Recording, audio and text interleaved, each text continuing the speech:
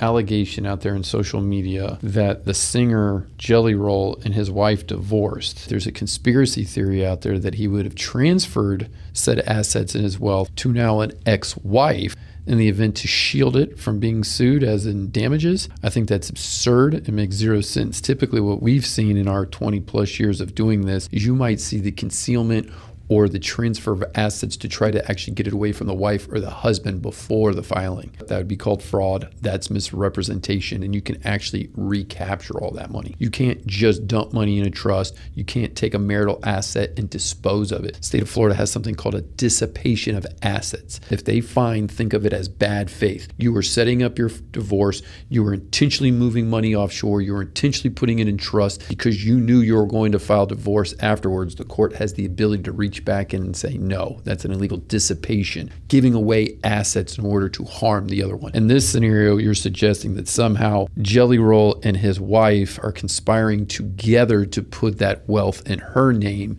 to protect against a judgment from him. I think it would be almost impossible. And if you're Jelly Roll, let me get this right, your ex-wife now has all your wealth. What do you have, some kind of written agreement on a napkin somewhere that says, oh, by the way, after the dust settles, you're going to give it back? Yeah, good luck with that theory. Fraud angle. Have we ever seen clients try to dispose of or the other side get rid of assets, conceal assets? Yes. But now it's not like it was in the 90s and the 80s. Everything is digital. Everything is traceable now. The forensic accounting that we use go in there and are going to trace your bank accounts. They're going to figure out if these numbers add up. If there's a suspicion of it, what you're really doing is just adding unnecessary fees and costs to the case because these professionals are going to find it. They're going to recoup it. And some people are questioning how could the divorce go so fast. Jelly Roll and his wife divorced. It appears that they actually, like most people, relied on the prenuptial agreement. In the event of the divorce, this is what we're going to do. I read a news article that said, oh, well, they've been married for 10 years and they decided to go through this marital asset distribution. No, your prenuptial agreement is going to address all assets accumulated before the marriage as well as all assets accumulated during the marriage.